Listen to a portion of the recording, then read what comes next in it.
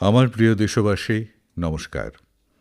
আজ সেই দিনটা এসে গেছে যার জন্য আমরা সবাই ফেব্রুয়ারি থেকে অপেক্ষা করছিলাম।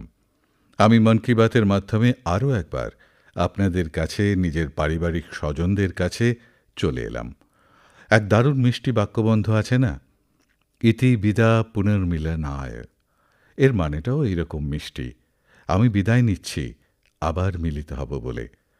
এই ভাবনা থেকেই আমি ফেব্রুয়ারি মাসে আপনাদের বলেছিলাম যে নির্বাচনী ফলাফল ঘোষণার পর আবার দেখা হবে, এবং আজ মন কি বাত নিয়ে আমি আবার আপনাদের কাছে হাজির হলাম। আশা করছি আপনারা সবাই ভালো আছেন, বাড়িতে সবার শরীর স্বাস্থ্য নিশ্চয়ই ভালো আছে। বর্ষাও এসে গেছে, আর বর্ষা এসে গেলে মনও আনন্দে ভরে ওঠে। আজ থেকে আমরা আবার এমন একটি দেশের মানুষের কথা আলোচনা করব যারা নিজেদের কাজের মাধ্যমে সমাজে, দেশে পরিবর্তন নিয়ে আসছেন। আমরা আলোচনা করব আমাদের সমৃদ্ধ সংস্কৃতি, গৌরবময় ইতিহাস এবং ভারতকে বিকশিত করার প্রয়াস নিয়ে। বন্ধুরা, ফেব্রুয়ারি থেকে এখন পর্যন্ত যখনই মাসের শেষ রবিবার আসত, আমি আপনার সঙ্গে এই যোগাযোগের সুযোগটি খুব মিস করতাম। কিন্তু আমি এটা দেখেও খুব খুশি হলাম যে এই মাসে আপনারা আমাকে লক্ষ লক্ষ বার্তা পাঠিয়েছেন। মন কি বাত বেতার অনুষ্ঠান হয়তো কয়েক মাসের জন্য বন্ধ ছিল, কিন্তু মন কি বাতের চেতনা দেশ ও সমাজে প্রতিদিন নিঃস্বার্থ মনোভাব নিয়ে করা ভালো কাজগুলো ছড়িয়ে দিচ্ছে, যার ইতিবাচক প্রভাব পড়ছে সমাজে। সমাজ অবিরাম চলমান। নির্বাচনী খবরাখবরের মধ্যেও অবশ্যই দারুণ হৃদয়স্পর্শী খবরে আপনাদের চোখ পড়েছে। বন্ধুরা, আজ আমি দেশবাসীকেও ধন্যবাদ জানাই যে তারা আমাদের সংবিধান এবং দেশের গণতান্ত্রিক ব্যবস্থার প্রতি তাদের অটল বিশ্বাস পুনঃব্যক্ত করেছেন। 2024-এর সাধারণ নির্বাচন ছিল বিশ্বের সবচেয়ে বড় নির্বাচন। এত বড় নির্বাচন পৃথিবীর কোনো দেশে হয়নি, যেখানে 65 কোটি মানুষ ভোট দিয়েছেন। এর জন্য আমি নির্বাচন কমিশন এবং ভোট প্রক্রিয়ার সঙ্গে সংশ্লিষ্ট সবাইকে অভিনন্দন জানাই। আমার প্রিয় দেশবাসী, আজ 30শে জুন একটি অত্যন্ত গুরুত্বপূর্ণ দিন। আমাদের আদিবাসী ভাই বোনেরা এই দিনটিকে হুল দিবস হিসেবে পালন করেন। এই দিনটি সাহসী সিধু কানোর অদম্য সাহসের সাথে জড়িত, যারা বিদেশি শাসকদের অত্যাচারের তীব্র বিরোধিতা করেছিলেন। বীর সিধু কানহু হাজার হাজার সাঁওতালি সহযোগীকে একত্রিত করে ব্রিটিশদের বিরুদ্ধে প্রাণপণ লড়াই করেছিলেন। এবং আপনি কি জানেন সেটা কবে হয়েছিল? তখন ছিল 1855 সাল, অর্থাৎ 1857 সালে ভারতের প্রথম স্বাধীনতা যুদ্ধের 2 বছর আগে, যখন ঝাড়খণ্ডের সাঁওতাল পরগনায় আমাদের আদিবাসী ভাই বোনেরা বিদেশি শাসকদের বিরুদ্ধে অস্ত্র তুলেছিলেন। ব্রিটিশরা আমাদের সাঁওতালি ভাই বোনদের উপর অনেক অত্যাচার করেছিল এবং তাদের উপর অনেক বিধিনিষেধও জারি করেছিল। এই সংগ্রামে বিস্ময়কর বীরত্ব প্রদর্শন করে বীর সিধু ও কানহু শহীদ হন। ঝাড়খণ্ডের এই অমর সন্তানদের আত্মত্যাগ আজও দেশবাসীকে অনুপ্রাণিত করে।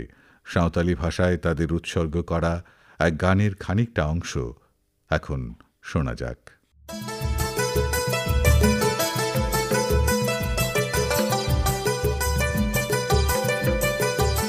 सीधा कानू बोल बुहा मनावे 29 जन जहाँ दिसमरिया मरंग हुदो सांताल हुलका सांताल हुदो आंदोड़ लेना इंग्रेज कानून भंगोड़ लेना जुमे बंजो एसपीटी अकेला गोईना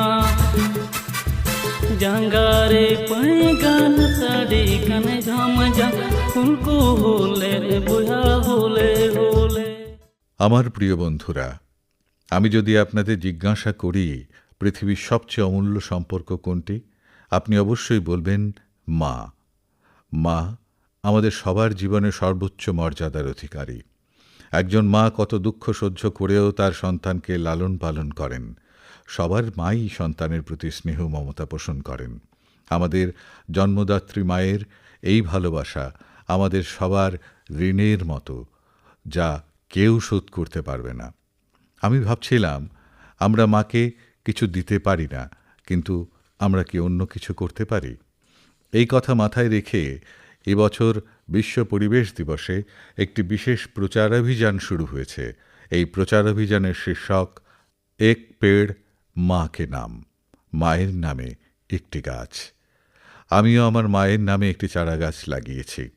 আমি সকল দেশবাসীকে, পৃথিবীর সকল দেশের মানুষের কাছে আবেদন জানিয়েছি, মাকে নিয়ে বা তাঁর নামে একটি করে গাছ লাগান। আর মায়ের স্মরণে বা তার সম্মানে বৃক্ষরোপণের অভিযান দ্রুত এগিয়ে চলেছে দেখে আমি খুবই আনন্দিত। মানুষ তাদের মায়ের সঙ্গে গাছ লাগানোর ছবি বা মায়ের ছবির সঙ্গে গাছ লাগানোর ছবি সামাজিক মাধ্যমে শেয়ার করছেন। সবাই তাদের মায়ের জন্য গাছ লাগাচ্ছেন। ধনী বা দরিদ্র, কর্মজীবী মহিলা বা গৃহিণী, এই প্রচার অভিযানটি প্রত্যেককে দারুণভাবে তাদের মায়ের প্রতি তাদের শ্রদ্ধা ভালোবাসা প্রকাশ করার সুযোগ করে দিয়েছে। তাঁরা নিজেদের ছবিকে #plan4mother এবং #ekpeer-maa-ke-naam এই কথার সঙ্গে জুড়ে বিনিময় করে অন্যদের অনুপ্রাণিত করে চলেছেন। বন্ধুরা, এই প্রচারাভিযানে আরও একটি সুবিধা হবে। পৃথিবীও মায়ের মতো আমাদের যত্ন নেয়। পৃথিবী মাই আমাদের সকলের জীবনের ভিত্তি। তাই ধরিত্রী মায়ের যত্ন নেওয়াও আমাদের কর্তব্য। মায়ের নামে বৃক্ষরোপণের অভিযান শুধু আমাদের মাকে তো সম্মানিত করবেই, এর পাশাপাশি পৃথিবী মাকেও রক্ষা করবে। গত এক দশকে সকলের প্রচেষ্টায় ভারতে বনভূমির অভূতপূর্ব সম্প্রসারণ হয়েছে। অমৃত মহোৎসব চলাকালীন সারা দেশে ৬০,০০০-এরও বেশি অমৃত সরোবর তৈরি করা হয়েছে। এখন মায়ের নামে বৃক্ষরোপণের অভিযানকে গতিময় করতে হবে। আমার প্রিয় দেশবাসী, বর্ষা দেশের বিভিন্ন প্রান্তকে দ্রুত নিজের রূপের বাহারে ভরিয়ে তুলছে। আর এই বর্ষায় সবাইকে যার যার ঘরে ছাতা খুঁজতে শুরু করেছে। আজ মন কি বাতে আমি আপনাকে একটি বিশেষ ধরনের ছাতার কথা বলতে চাই। এই ছাতাগুলো আমাদের কেরালায় প্রস্তুত করা হয়। আসলে কেরালার সংস্কৃতিতে ছাতার বিশেষ গুরুত্ব রয়েছে। ছাতা সেখানকার অনেক ঐতিহ্য ও আচার অনুষ্ঠানের একটি গুরুত্বপূর্ণ অংশ। তবে আমি যে ছাতাগুলোর কথা বলছি তা হলো কাথুম্বি ছাতা, এবং সেগুলি কেরালার আট্টাপাডিতে তৈরি করা হয়। এই রঙিন ছাতাগুলো খুব দর্শনীয়। আর বিশেষত্ব হলো এই ছাতাগুলো আমাদের কেরালার আদিবাসী বোনেরা তৈরি করে। আজ সারা দেশে এই ছাতার চাহিদা বাড়ছে। সেগুলো অনলাইনেও বিক্রি হচ্ছে। এই ছাতাগুলি বাট্টালক্কি কৃষি সমবায় সমিতির তত্ত্বাবধানে তৈরি করা হয়। এই সমাজের নেতৃত্ব আমাদের নারী শক্তির হাতে। নারীদের নেতৃত্বে আট্টাপাড্ডির আদিবাসী সম্প্রদায় স্ব-উদ্যোগপনার এক চমৎকার দৃষ্টান্ত স্থাপন করেছে। এই সমিতি একটি বাঁশের হস্তশিল্প ইউনিটও প্রতিষ্ঠা করেছে। এখন তারা একটি খুচরা আউটলেট এবং একটি ঐতিহ্যবাহী ক্যাফে খোলার প্রস্তুতি নিচ্ছেন। তাদের উদ্দেশ্য কেবল তাদের ছাতা এবং অন্যান্য পণ্যই বিক্রি করা নয়, তারা বিশ্বকে তাদের ঐতিহ্য ও সংস্কৃতির সঙ্গে পরিচয় করিয়ে দিচ্ছেন।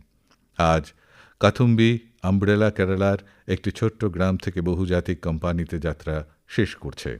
স্থানীয়দের জন্য সোচ্চার হওয়ার এর চেয়ে ভালো উদাহরণ আর কি হতে পারে। আমার প্রিয় দেশবাসী, আগামী মাসের মধ্যেই প্যারিস অলিম্পিক শুরু হয়ে যাবে। আমি নিশ্চিত যে আপনারা সবাই অলিম্পিক গেমসে ভারতীয় খেলোয়াড়দের উৎসাহিত করার জন্য উদ্গ্রীব হয়ে আছেন। আমি ভারতীয় দলকে অলিম্পিক গেমসের জন্য শুভকামনা জানাই। টোকিও অলিম্পিকের স্মৃতি এখনও আমাদের সকলের মনে তাজা। টোকিওতে আমাদের খেলোয়াড়দের সুদক্ষ প্রয়াস প্রত্যেক ভারতবাসীর মন জয় করেছিল। টোকিও অলিম্পিকের পর থেকেই আমাদের ক্রীড়াবিদরা প্যারিস অলিম্পিকের সর্বাত্মক প্রস্তুতিতে ব্যস্ত ছিলেন। আমরা যদি সব খেলোয়াড়কে অন্তর্ভুক্ত করি তাহলে তারা সবাই প্রায় ৯ শতাধিক আন্তর্জাতিক প্রতিযোগিতায় অংশগ্রহণ করেছে। আর সংখ্যার হিসেবে এটা অনেক বড়। বন্ধুরা, প্যারিস অলিম্পিকে প্রথমবারের মতো কিছু জিনিস দেখতে পাবেন। শুটিংয়ে আমাদের খেলোয়াড়দের প্রতিবার ৬টা ঠিকরে বেরোচ্ছে। পুরুষ ও মহিলা উভয় দলই টেবিল টেনিসে যোগ্যতা অর্জন করেছে। আমাদের শুটার মেয়েরাও ভারতীয় শটগান দলে অন্তর্ভুক্ত। এবার আমাদের দলের খেলোয়াড়রাও কুস্তি ও ঘোড়া চড়ার এই ক্যাটাগরিতে প্রতিদ্বন্দ্বিতা করবেন, যেগুলিতে তাঁরা আগে কখনো অংশগ্রহণ করেননি। এ থেকে অনুমান করতে পারেন এবার খেলাধুলায় ভিন্ন মাত্রার উত্তেজনা দেখা যাবে। আপনাদের নিশ্চয়ই মনে আছে, কয়েক মাস আগে বিশ্ব প্যারা অ্যাথলেটিক্স চ্যাম্পিয়নশিপে আমাদের সেরা পারফরমেন্স ছিল। আমাদের খেলোয়াড়রা দাবা ও ব্যাডমিন্টনেও দেশের পতাকা ঊর্ধ্বে তুলে ধরেছেন। এখন পুরো দেশ আশা করছে আমাদের খেলোয়াড়রা অলিম্পিকেও ভালো করবেন। এসব খেলায় তাঁরা পদক জিতবেন এবং দেশবাসীর মনও জয় করবেন। আগামী দিনে আমিও ভারতীয় দলের সদস্যদের সঙ্গে দেখা করার সুযোগ পেতে যাচ্ছি। আমি আপনাদের পক্ষ থেকে তাদের উৎসাহিত করব। এবং হ্যাঁ, এবার আমাদের হ্যাশট্যাগ হলো #Cheer4Bharat। এই হ্যাশট্যাগের মাধ্যমে আমাদের খেলোয়াড়দের উৎসাহিত করতে হবে, তাদের উৎসাহ দিতে হবে। তাই উদ্দীপনা ধরে রাখুন। আপনাদের এই উৎসাহ উদ্দীপনা বিশ্বকে ভারতীয় খেলোয়াড়দের সাফল্যের জাদু দেখাতে সাহায্য করবে। আমার প্রিয় দেশবাসী, আমি আপনাদের সবার জন্য একটি ছোট্ট অডিও ক্লিপ বাজিয়ে শোনাচ্ছি। रेडियो क्वेट FM 93.3 से हिंदी शो नमस्ते कुवैत।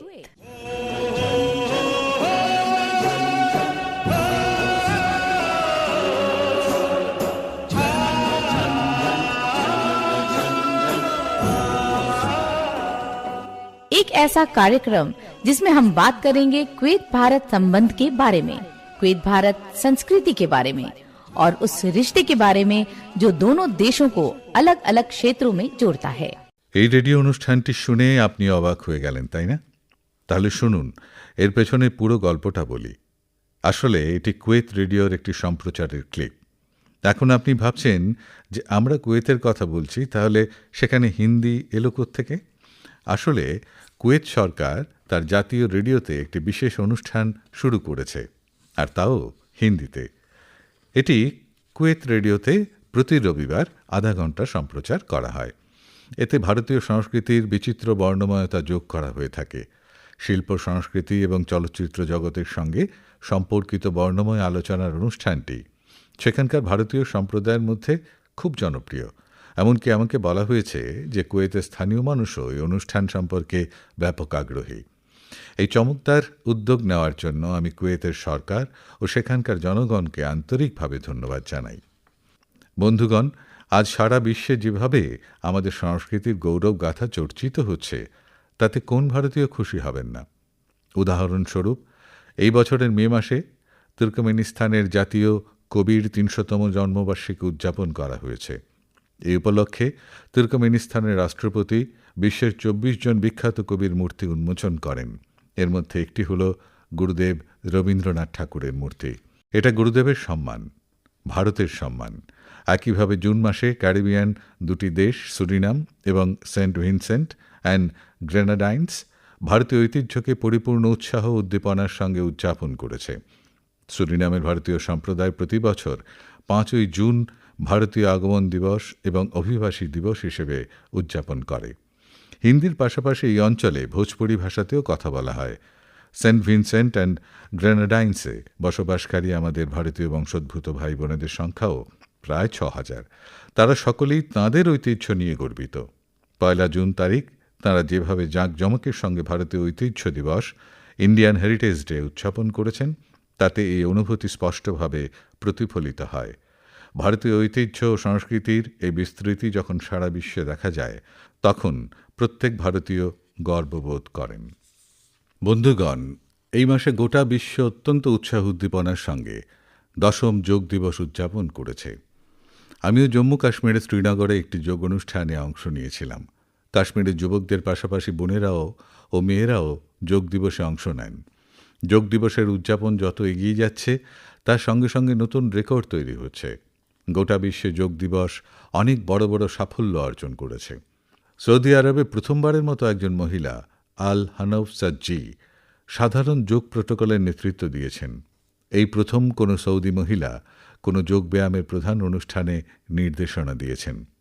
মিশরে এবার যোগ দিবসে একটি আলোকচিত্র প্রতিযোগিতার আয়োজন করা হয় নীল নদের তীরে। লোহিত সাগরের সৈকতে এবং পিরামিডের সামনে লক্ষ লক্ষ মানুষের যোগব্যায়াম করার ছবি খুব জনপ্রিয় হয়ে ওঠে। মার্বেলের বুদ্ধমূর্তির জন্য মায়ানমারের মারা বিজয়া প্যাগোডাটি বিখ্যাত। সেখানেও ২১শে জুন অসাধারণ যোগ অনুষ্ঠানের আয়োজন হয়েছিল। বাহরিনে ভিন্নভাবে সক্ষম শিশুদের জন্য একটি বিশেষ শিবিরের আয়োজন করা হয়েছিল। শ্রীলঙ্কার ইউনেস্কোর ঐতিহ্যবাহী স্থান হিসেবে প্রসিদ্ধ গালি দুর্গেও একটি স্মরণীয় যোগানুষ্ঠান অনুষ্ঠিত হয়। আমেরিকা নিউ ইয়র্কের অবজারভেশন ডেকের মধ্যেও লোকেরা যোগব্যায়াম করেছেন। মার্শাল দ্বীপপুঞ্জেও প্রথমবারের মতো হওয়া বড় আকারের যোগ দিবসের অনুষ্ঠানে সেখানকার রাষ্ট্রপতিজিও অংশগ্রহণ করেছেন। ভুটানের থিম্পুতেও যোগ দিবসের একটি বড় অনুষ্ঠান হয়েছে, যেখানে আমার বন্ধু প্রধানমন্ত্রী তোবগে উপস্থিত ছিলেন। অর্থাৎ আমরা সবাই বিশ্বের প্রতিটি প্রান্তে যোগব্যায়াম করা মানুষের এক নজরে দৃশ্য দেখেছি, যাঁরা যোগ দিবসে অংশগ্রহণ করেছেন। সেই সমস্ত বন্ধুদের প্রতি আমি আন্তরিক কৃতজ্ঞতা জানাই। আপনার কাছে আমারও একটা পুরনো অনুরোধ আছে। যোগাভ্যাসকে আমরা শুধুমাত্র একদিনের অনুশীলন হিসেবে দেখব না। আপনারা নিয়মিতভাবে যোগব্যায়াম করুন। এতে আপনারা আপনাদের জীবনে ইতিবাচক পরিবর্তন উপলব্ধি করতে পারবেন। বন্ধুগণ, ভারতের এমন অনেক পণ্য রয়েছে সারা বিশ্বে যার প্রচুর চাহিদা রয়েছে, এবং আমরা যখন দেখি যে ভারতের কোনো স্থানীয় পণ্য বিশ্বজনীন হয়ে উঠছে, তখন গর্বিত হওয়া স্বাভাবিক। এরকম একটি পণ্য হল আরাকু কফি। অন্ধ্রপ্রদেশের অল্লুরি সীতারাম রাজু জেলায় প্রচুর পরিমাণে আরাকু কফি উৎপাদিত হয়। এর অসাধারণ স্বাদ এবং সুগন্ধের জন্য এটি পরিচিত। প্রায় 1.5 লক্ষ জনজাতি পরিবার আরাকু কফি চাষের সঙ্গে যুক্ত। আরাকু কফিকে নতুন মাত্রা দেওয়ার ক্ষেত্রে গিরিজান সমবায় বড় ভূমিকা পালন করেছে। এই সমবায় এখানকার কৃষক ভাই বোনেদের একত্রিত করার কাজ করেছিল এবং তাদেরকে আরাকু কফি চাষ করতে উৎসাহিত করেছিল। এতে কৃষকদের আয়ও বেড়েছে। কোন্ডাডোরা জনজাতি সম্প্রদায়ও এর থেকে অনেক উপকৃত হয়েছে। উপার্জনের পাশাপাশি তারা সম্মানজনক জীবনযাপনও করতে পারছেন। আমার মনে আছে, একবার বিশাখাপত্তমে অন্ধ্রপ্রদেশের মুখ্যমন্ত্রী চন্দ্রবাবু নাইডু গাড়ুর সঙ্গে এই কফির স্বাদ নেওয়ার সুযোগ হয়েছিল। এই স্বাদ নিয়ে তো কোনো প্রশ্ন করার নেই। এই কফি একবারে অসাধারণ একটা কফি। আরাকু কফি বেশ কয়েকটি বৈশ্বিক পুরস্কার পেয়েছে। দিল্লিতে আয়োজিত G20 শিখর সম্মেলনে এই কফি সাড়া জাগিয়েছিল। আপনারাও যখনই সুযোগ পাবেন আরাকু কফির আনন্দ অবশ্যই উপভোগ করুন। বন্ধুগণ, স্থানীয় পণ্যগুলোকে বিশ্বজনীন করার ক্ষেত্রে জম্মু কাশ্মীরের মানুষও পিছিয়ে নেই। গত মাসে জম্মু কাশ্মীর যা করে দেখিয়েছে তা সারা দেশের মানুষের জন্য একটি উদাহরণ। সেখানকার পুলওয়ামা থেকে স্নো পিজ এর প্রথম চালান লন্ডনে পাঠানো হয়েছে। কয়েকজনের মনে এই ধারণা আসে যে কাশ্মীরে উৎপাদিত বিশেষ শাকসবজিকে বিশ্বের মানচিত্রে নিয়ে আসা যাক। তারপর যা হলো, চাকুরা গ্রামের আব্দুল রশিদ মির্জি সর্বপ্রথম এর জন্য এগিয়ে আসেন। তিনি গ্রামের অন্যান্য কৃষকদের জমি একসঙ্গে মিশিয়ে স্নো পিজ এর চাষ শুরু করেন। আর দেখতে না দেখতেই এই স্নো পিজ কাশ্মীর থেকে লন্ডনে পৌঁছতে শুরু করে। এই সাফল্য জম্মু কাশ্মীরের মানুষের সমৃদ্ধির জন্য নতুন দরজা খুলে দিয়েছে। আমাদের দেশে এই ধরনের অনন্য পণ্যের অভাব নেই। আপনারা এই ধরনের পণ্যগুলোকে #myproductmypride এর সঙ্গে অবশ্যই শেয়ার করুন। এই বিষয়টি নিয়ে আমি পরবর্তী মন কি বাত অনুষ্ঠানে আলোচনা করব। मम प्रियाः देशवासिनः अद्य अहं किञ्चित् चर्चां संस्कृत भाषायाम् आरभे। আপনারা নিশ্চয়ই ভাবছেন যে কেন আমি হঠাৎ মন কি বাতে সংস্কৃত ভাষায় কথা বলছি। এর কারণ হচ্ছে আজকের দিনটি সংস্কৃত সম্পর্কিত একটি বিশেষ দিন। আজ 30শে জুন আকাশবাণী সংস্কৃত বুলেটিন সম্প্রচারের 50 বছর পূর্ণ করেছে। 50 বছর ধরে এই বুলেটিন বহু মানুষকে সংস্কৃতির সঙ্গে যুক্ত রেখেছে। আমি অল ইন্ডিয়া রেডিও পরিবারকে অভিনন্দন জানাই। বন্ধুগণ, প্রাচীন ভারতীয় জ্ঞান ও বিজ্ঞানের অগ্রগতিতে সংস্কৃত একটি বড় ভূমিকা পালন করেছে। আজকের সময়ে দাবি হচ্ছে যে আমরা সংস্কৃতকে সম্মান জানাই আর একে আমাদের দৈনন্দিন জীবনের সঙ্গে যুক্ত করি। আজকাল বেঙ্গালুরুতে কিছু মানুষ এরকম একটি প্রচেষ্টা চালিয়ে যাচ্ছেন। বেঙ্গালুরুতে একটি পার্ক আছে, কব্বন পার্ক। এই পার্কে এখানকার মানুষ একটি নতুন পরম্পরা শুরু করেছেন। সপ্তাহে একদিন প্রতি রবিবার সেখানে শিশু, যুবক এবং প্রবীণরা একে অপরের সঙ্গে সংস্কৃত ভাষায় কথা বলেন।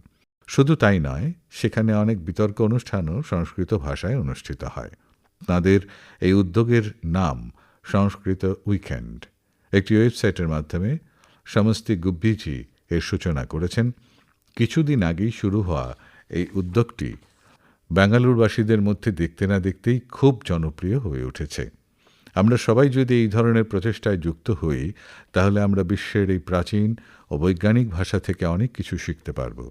আমার প্রিয় দেশবাসী, মন কি বাতের এই পর্বে আপনাদের সঙ্গে সংযুক্তি খুব ভালো লাগলো। এই ধারাবাহিকতা আগের মতোই অব্যাহত থাকবে। এখন থেকে এক সপ্তাহ পরে পবিত্র রথযাত্রা শুরু হতে চলেছে। আমি কামনা করি ভগবান জগন্নাথের কৃপা যেন সকল দেশবাসীর উপর সর্বদা বজায় থাকে। অমরনাথ যাত্রাও শুরু হয়ে গেছে। আগামী কয়েকদিনের মধ্যে পন্ধরপুর ওয়ারিও শুরু হতে চলেছে। এইসব যাত্রায় অংশগ্রহণকারী সকল পুণ্যার্থীদের আমি আমার শুভেচ্ছা জানাই। এর পরেরটি হচ্ছে কচ্ছ এলাকায় নববর্ষ আষাঢ়ী বীজ উৎসব। এই সমস্ত উৎসবের জন্য আপনাদের অনেক শুভেচ্ছা জানাই। আমি নিশ্চিত যে ইতিবাচক মনোভাবের সঙ্গে যুক্ত জনসাধারণের অংশগ্রহণের এই ধরনের প্রচেষ্টা আপনারা অবশ্যই আমার সঙ্গে শেয়ার করছেন। আগামী মাসে আপনাদের সঙ্গে ফের সংযুক্তির জন্য উন্মুখ হয়ে থাকব। ততক্ষণ পর্যন্ত আপনারা নিজের ও পরিবারের যত্ন নিন। অনেক অনেক ধন্যবাদ। নমস্কার।